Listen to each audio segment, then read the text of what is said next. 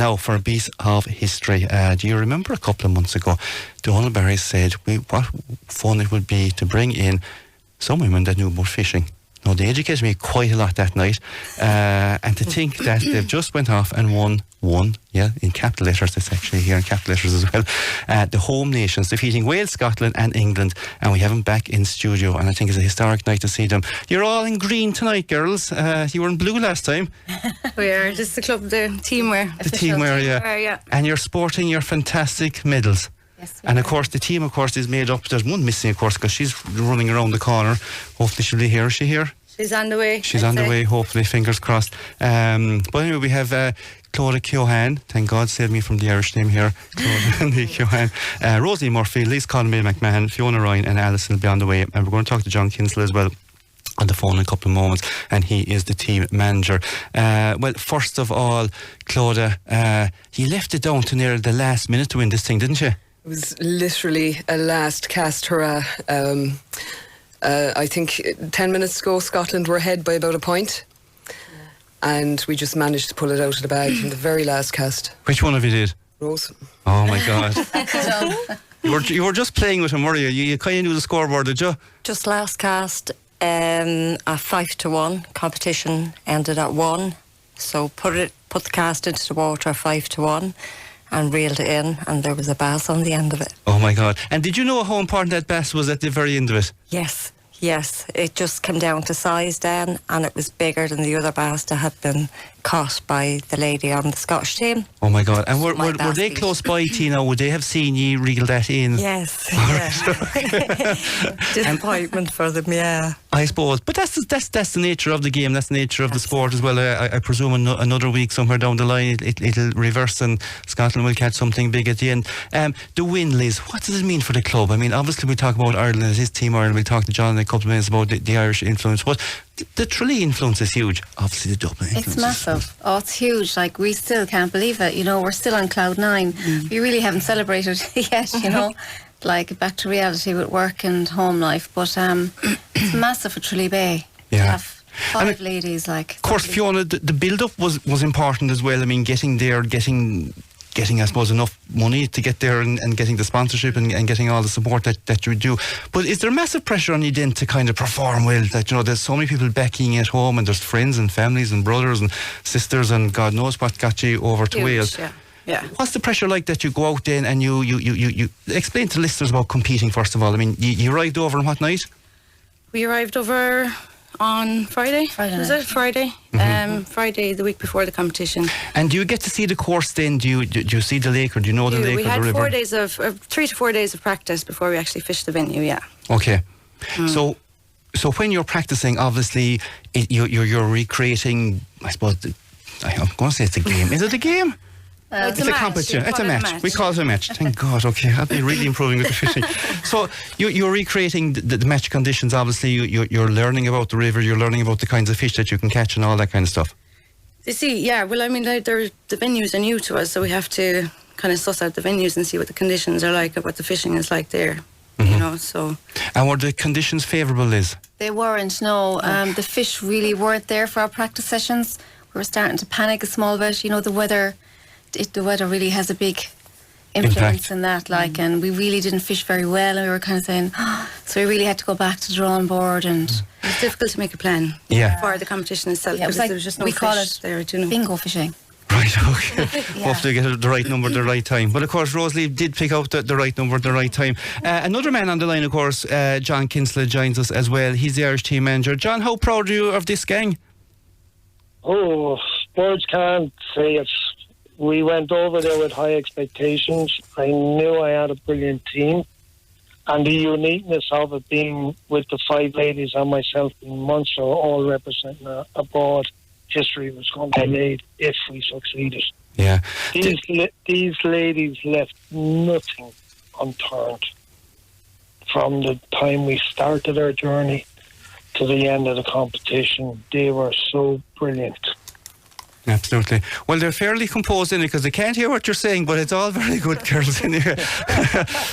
Fiona's going to hear what you're saying from here on in anyway, so hopefully it's all good. John, how unique obviously it is, and of course, my God, now we have to have a team with 5 medals. Of course, we're welcoming Alison. Alison just jogged around the corner. Delighted to have you. Now we have all 5 gold medals and the manager. My God, it's the Guinness Book of Records. Come here, John. I mean, the preparation we're talking about, the girls putting in the effort and the whole lot, and Liz referred to it as bingo fishing on the day, and Rosalie, after mentioning how close it came to the wire to actually winning it. It was the last cast with maybe 5 minutes to go. When you're there as a manager, I mean, your support role, what is that like? Are you going around to them, telling them what to do and how to do it, or are they good for listening, or how does your role work with that? My role starts off by trying to get them up at 3:30 or 4 o'clock in the morning so we can get to the beach to do the practice sessions. Right. That's the dedication that's retired, so we can get the same time that they'll be fishing on the venues. So that's one of my roles, and that's how we get everyone up and up. But when we're on the beach during competition, it's to pass on the information they give me. If they are doing all the work, they're saying, John, if they're fishing close, I'm catching them on this bait, I'm catching them on this trace, this is how it worked, and I'll pass that. I'll walk down the line and I'll pass that on to the other anglers. Okay. Clodagh on the last day came up and she said, this is working for me. I'm not going to say what it is, but this trace is working.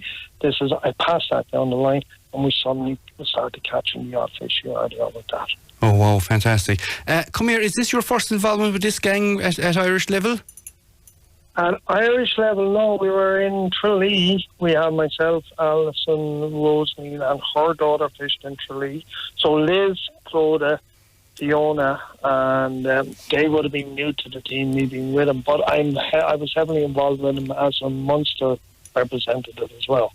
Fantastic. So I know the ladies quite well. Brilliant. And finally, John, for the moment, where does this put this gang now? I mean, where can they lead to? Where's the next pet? What's the next competition they can win? The next competition is they have, if the words are there, that's there for them and taken if the managers come in place and stuff like that. And as for the home nations, they went in again this year as favourites.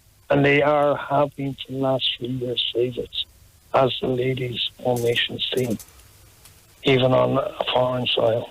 Oh, wow. They're just a brilliant bunch who will work their hearts out, never give up, never be down, and never be beaten until the last cast. Fair play, absolutely. Very, very nice words, actually, John. Claude, he spoke all nice sort of things about you. he literally said how he taught you how to fish and catch the thing on the cast and everything. Listen, John, thanks very much for joining us this evening. I think it's fantastic. Of course, you probably know that we're a proper GA show down here, but we're after opening tonight with the women winning the angling home nations. I mean, that doesn't happen too often, and that is really the significance of their win, which is fantastic, and we're exceptionally proud of them all down here in Kerry, and I'm presume there's a few dubs proud of Rosalie as well. And one Cork woman. One Cork. I forgot that. You were over here absolutely last time. And one Cork woman. Yeah, God. Well, may I add that the whole fishing to Irish Federation of Sea Anglers, from be it Sligo to Wexford to Northern Ireland, are very proud of this team on the achievement they made. Yeah, absolutely. Well spoken, John. Claude, on pride and proud and the whole lot, how proud of the family? Extremely proud. They've all been sending messages of congratulations to myself and all the girls ever since, we found out that we won. It's been fantastic. Yeah, and of course when you were on last time you were sitting here, of course, that's what threw me out, and you linked your fishing back to your grandfather, and you had a lovely story about how it was family and history and heritage and the whole lot, and learning all that. I presume that's still very proud? Oh, of course, yeah. But one thing I will say is I learned more, I'd say, in the couple of weeks with these girls than I had all my life, especially when it comes to sea angling, match fishing. It's completely different kettle of fish. And I must say, Alison, she's a seasoned international angler, and I learned so much off of her. Fiona, Liz and Rose. It was great teamwork. Yeah. Alison, what was it like? I mean, obviously we spoke to girls earlier at the moment, and we were talking about getting over there and getting acclimatised, and they mentioned there was like a bit of bingo fishing, that you didn't really know what fish you were getting and how close it was to winning it. But your own, I suppose, emotion at the end when you got the news. Did you get the news, or did you actually see Rosaleen hook it up? No, we knew we were gone into second. We knew we were gone into the silver medal. And it was just a case of, it was looking like it was going to go back to a count back of fish. So then it was trying to land more fish. And then at the very end, John came down and he was like, I think we have it. I think we have it. And the other manager of the Scottish team came along and literally said, you've taken it. So then we were afraid to celebrate, because you're like, well, what if something's disallowed, or what if... And he kept saying, will you celebrate? We were like, no, let's wait till the official. And then Liz and John went to the meeting, and she texted to say we had it, and sure, all hell broke loose then. Yeah. And of course your family are massive into the whole angling and fishing side as well. Yeah, my brother actually ended up coming over. He was called up to the men's team, so Chris ended up on Monday getting a call up and had a mad scramble, so he was on the men's. It was absolutely fantastic this year to fish alongside the men. We really, even all the teams pulled together, and everyone was trying to give everyone advice, because there was no tactic, there was no pattern to follow. It was very frustrating, and like the first day I came off the beach going, there's a lot of new anglers after catching fish. We're too finesse, we're giving them gourmet food and they want McDonald's, and so we got there. Absolutely. Come here, speaking about I suppose the fish and the amount of fish you catch and the whole lot, I mean, in a whole angling sense, I mean, how big is this win in that circle? It will be very big for the ladies, because it's coming up and it's getting bigger and bigger, and like it's a big deal for women in angling, and it's a big deal across the 4 provinces, or the 4 countries. It's a big deal across the 4 nations to get, like, it's good bragging rights. So the Worlds now is the next one we're after now, for the all bragging rights, if we can. Well, you're not doing so bad. I mean, you're already ahead of Wales, Scotland and England. Hopefully you go ahead. Rosaleen, I suppose as the dub, I'll come back to the Cork woman, don't worry, I won't shout. I've been already chastised, I remember. What's it like being in this circle, this bubble? I know that you've huge Kerry connections, you come down, it's like a second home to you and all that kind of stuff, but I mean, you're still a dub, aren't you? I am a dub, yes, but I love Kerry. I absolutely love Kerry. I would live in Kerry in the morning. I have my little mobile home up the road, and that's my little piece of heaven in Kerry, and without it, I'd be lost. So yeah, I love the kingdom. Yeah. And when news broke through, were you a big celebrity in Dublin? Or had they even heard yeah, it? I'd be well known in Dublin, yeah, on the fishing circles, definitely, yeah. Did you bring a gold medal back yet? Not yet, no. Tomorrow. Yeah. Good stuff. Come here, Liz. I suppose we talk about pride and winning and the whole lot, but I mean, the amount of effort, and Claudia touched on it there, she said that she learned as much from this gang and the experience and the whole team. Something similar for yourself? Oh yeah, you learn something new every year. I fished the home nations last year as well on the international team, but this year it's totally different, and you just learn something new and then the men jumped in, and the men were absolutely fantastic with us. They're encouraging, and it's just brilliant. It's fantastic. We had an absolute ball of a time. We did, honestly. Mm-hmm. What did it mean for Fiona personally? I mean, like, you go back to work and you're after winning something, some guy next door to you is after playing a football match or something else, but like you were a home nations gold champion. I mean, that's massive. I mean, do people know how big that is with you? Not really. There wasn't much work done today, I can tell you that. We couldn't concentrate. Some people do, some people don't. Like, I've come across a lot of people saying, wow, fishing, I didn't even know that was a thing. Do you know what I mean? Work have been very good to us. Myself and Claudia both work for Fexco, and they made huge acknowledgements this morning. There was a lot of congratulations and kind of news articles waiting for us when we got in, which was really nice, But it's huge. It's huge.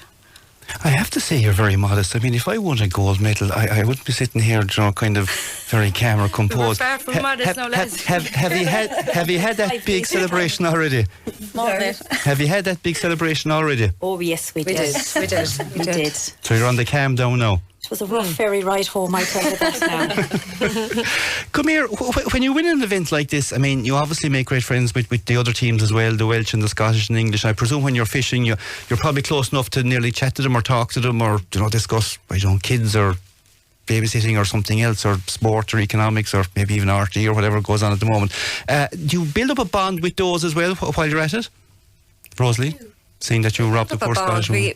During competition, you don't really interact. You wish them luck before the competition, congratulations or commiserations after the competition. But during the competition, you have your own peg, you're on that peg.